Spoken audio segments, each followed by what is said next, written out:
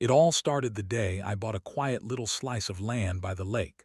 I wasn't looking for trouble. I just wanted a peaceful escape, a place to fish and sit by the water on weekends.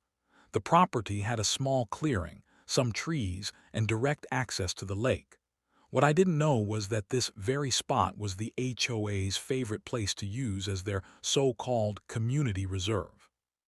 They'd been using it for years, holding barbecues, boat launches, and even HOA meetings there, even though none of them actually owned it. When I purchased the property, I filed all the paperwork, registered the deed, and paid my taxes. It was mine fair and square. A few days later, I put up a small sign, "Private property, no trespassing." That's when the real chaos began. The next morning, I woke up to find 3 HOA members standing by the fence, arguing about how someone vandalized our lake reserve. One of them, a woman named Karen, was the HOA president.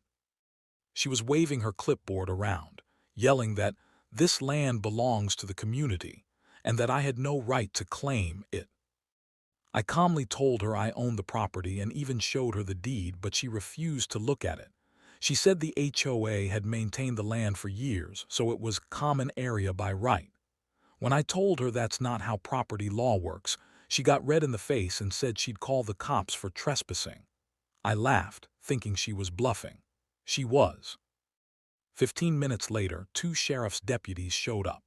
They said they received a complaint that I was blocking HOA members from using their reserve. I handed them my deed and all the legal papers. They looked them over, nodded, and said, "Sir, you're well within your rights. This land is yours." But Karen didn't want to accept it. She started arguing with the officers, saying they were misinformed and that the HOA board has jurisdiction. One deputy finally told her, "Ma'am, HOA rules don't override county deeds. If you step past that sign again, you'll be trespassing." I thought that would be the end of it. I was wrong again. The next week, the HOA held a meeting. They decided to challenge my ownership. They sent me a threatening letter claiming that the land had been part of the lake's public access for years and that my fence was blocking community water rights. I sent them a polite but firm response with legal references, including maps from the county assessor's office proving that not only did I own the land, but the HOA's water access path actually ran across my property line. When that letter hit their mailbox, the HOA went nuclear. They accused me of stealing their water rights and demanded I remove my fence. Instead, I did something better. I hired a land surveyor and had the boundaries professionally marked. When the survey results came back, they confirmed something shocking. The HOA's only lake access point was entirely within my property lines, which meant legally I owned all the water access they'd been using for years. Once word spread, HOA members started panicking. People who'd been docking boats and having picnics on that shore suddenly realized they were trespassing. Karen marched down to my cabin again, shouting that I was destroying community harmony. I told her calmly that I'd be happy to let everyone use the water if they signed a written agreement acknowledging my ownership and paying a small annual maintenance fee. She exploded. "We're not paying you to use our own lake," she screamed.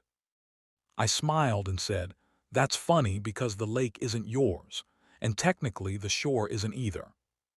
The next morning, I found that someone had torn down my private property sign and broken part of my fence. I checked my cameras, sure enough.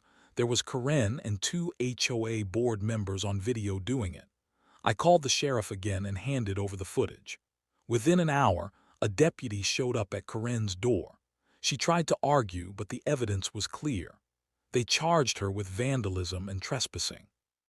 That should have been the final straw, but HOA arrogance doesn't die easily. The HOA tried to hold an emergency meeting to vote on reclaiming the property. They even hired a lawyer, thinking they could scare me into backing off. When their attorney reached out, I sent him every document, the deed, the survey, the county plats, and even the police report. He didn't take long to respond. "After reviewing the evidence, it appears your client has no claim. I recommend they cease contact." That was the last I heard from him. A few weeks later, the HOA's problems only got worse. Because they'd been maintaining and spending community funds on property they didn't own, the county started an audit.